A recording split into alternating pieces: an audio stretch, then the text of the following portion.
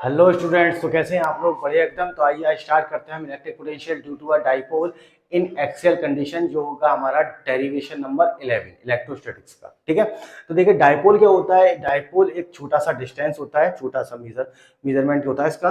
तो डाइपोल में क्या होना चाहिए बेटा, एक नेगेटिव चार्ज और एक पॉजिटिव चार्ज, दोनों का मैग्नीट्यूड कैसा होना चाहिए, सेम। नेचर कैसा होना चाहिए, अपोजिट। दोनों का जो सेपरेशन लेते हैं वो कितना होता है, 2l। ठीक है, पोलर डाइपोल हो या नॉन पोलर डाइपोल हो। ठीक है, अब देखिए हम बात करेंगे एक्सियल कंडीशन में। तो ये हमने एक डाइपोल बना रखा है और इस डाइपोल के सेंटर पे अगर हम चले जाएं, ठीक है, तो सेंटर से एक्सियल लाइन के अलोंग हम क्या करेंगे, एक पॉइंट पी कंसीडर कर लेंगे। चाहे हम इस डायरेक्शन के अलोंग करें या इस डायरेक्शन के अलोंग करें, तो वहां पर हमको इलेक्ट्रिक पोटेंशियल निकालना है। और हमें एक चीज याद रखनी है कि इलेक्ट्रिक पोटेंशियल जो होता है बेटा स्केलर क्वांटिटी होता है। तो हम यहाँ पर इलेक्ट्रिक फील्ड निकालेंगे और उसके रेस्पेक्ट में हम देखेंगे यहाँ पर इलेक्ट्रिक पोटेंशियल किस तरह से है। ठीक है, चलिए। तो हमने सपोज किया कि इसके सेंटर से r मीटर डिस्टेंस पर हमने एक पॉइंट P ले लिया एक्सियल लाइन में। किस लाइन में? एक्सियल लाइन में।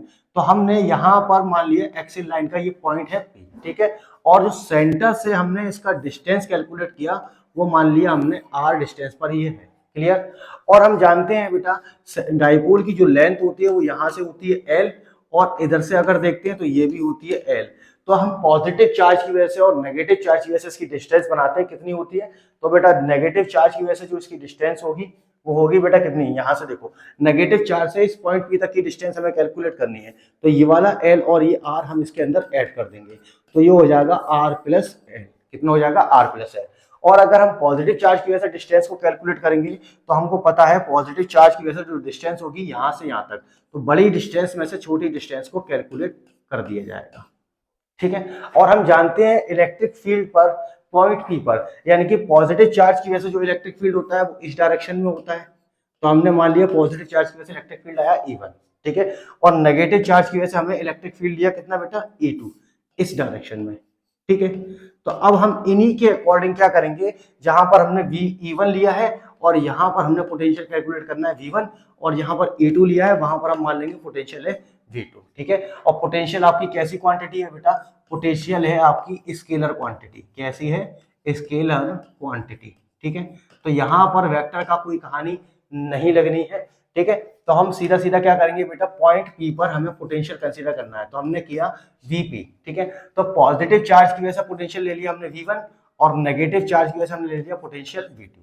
अब हम क्या करेंगे, इसके अंदर एक फॉर्मूला इंक्लूड करेंगे electric potential due to a point charge की वजह से। तो हम जानते हैं electric potential due to a point charge की वजह से कितना आता है, 1/4 pi epsilon nought Q upon R। अगर चार्ज हमारा पॉजिटिव है तो हमें पॉजिटिव लेना पड़ेगा, चार्ज हमारा नेगेटिव है तो चार्ज हमें नेगेटिव लेना पड़ेगा। तो हम सीधा सीधा जानते हैं V1 की वजह से जो डिस्टेंस है, देखो V1 की वजह से पॉजिटिव चार्ज डिस्टेंस हमारी कितनी हो गई, R माइनस एल। तो V1 की वजह से पोटेंशियल हो जाएगा 1/4 pi epsilon nought Q upon R minus L. कितना हो जाएगा? R minus L. अब हम नेगेटिव चार्ज की वजह से पोटेंशियल लेंगे, तो नेगेटिव चार्ज की वजह से हमने पोटेंशियल ले लिया V2। तो कितना हो गया, 1/4 pi epsilon not minus Q upon, distance कितनी है बेटा, R प्लस एल। ठीक, ये हो गया। अब हम V1 और V2 की वैल्यू उठा के इसके अंदर पुट कर देंगे। ठीक है, तो हम पुट करेंगे V1 और V2 की वैल्यू, तो हमें कितना मिलेगा, 1/4 pi epsilon nought Q upon R minus L. ठीक है, यहाँ पर लगाएंगे पॉजिटिव, तो 1/4 pi epsilon not minus Q upon R plus L. ठीक है, अब जो जो क्वांटिटी हमको कॉमन है वो हम कॉमन ले लेंगे। ठीक है, तो ये हो जाएगा आपका Q upon 4 pi epsilon not, और यहाँ बचेगा आपका 1/R माइनस एल, ये प्लस माइनस कर देगा, तो 1/R प्लस एल। ठीक है, अब हम क्या करेंगे, इन दोनों को कॉमन लेंगे। कॉमन लेने के बाद में हम इनको काटा पीटा करना स्टार्ट कर देंगे। ठीक है, तो सीधी सीधी बात है।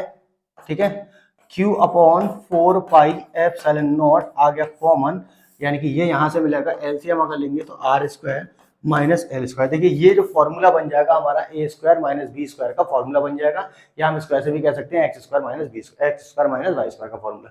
तो ये हमने लिख दिया। अब r minus r minus l से ये कैंसिल हो जाएगा, तो यहाँ पर बचेगा आर प्लस एल, और वहां पर आर प्लस एल कैंसिल हो जाएगा, तो माइनस लग के ये बच जाएगा आपका आर माइनस एल।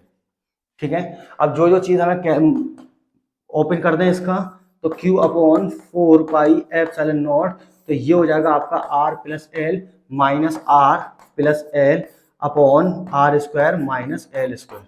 ठीक, आर से आर कैंसिल हो गया, एल और एल जुड़ के कितना हो जाएगा 2l, और 2l इंटू क्यू कितना हो जाएगा 2ql। तो हमको यहां से कितना आंसर मिल जाएगा, यहां से मिलेगा हमको q upon 4 pi epsilon nought 2l upon r square minus l square.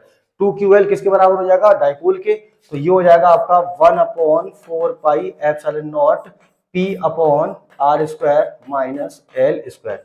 ये आ गया हमारा पोटेंशियल।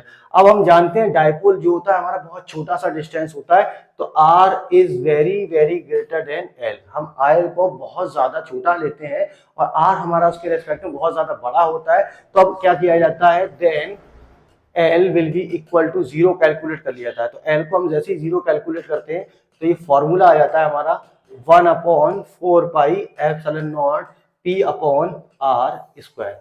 ये हमको मालूम चल गया कि electric potential due to a dipole in axial condition का फॉर्मूला आ गया। अब हम मिलेंगे बेटा नेक्स्ट वीडियो के अंदर, जो होगा हमारा electric potential due to a dipole in equatorial condition.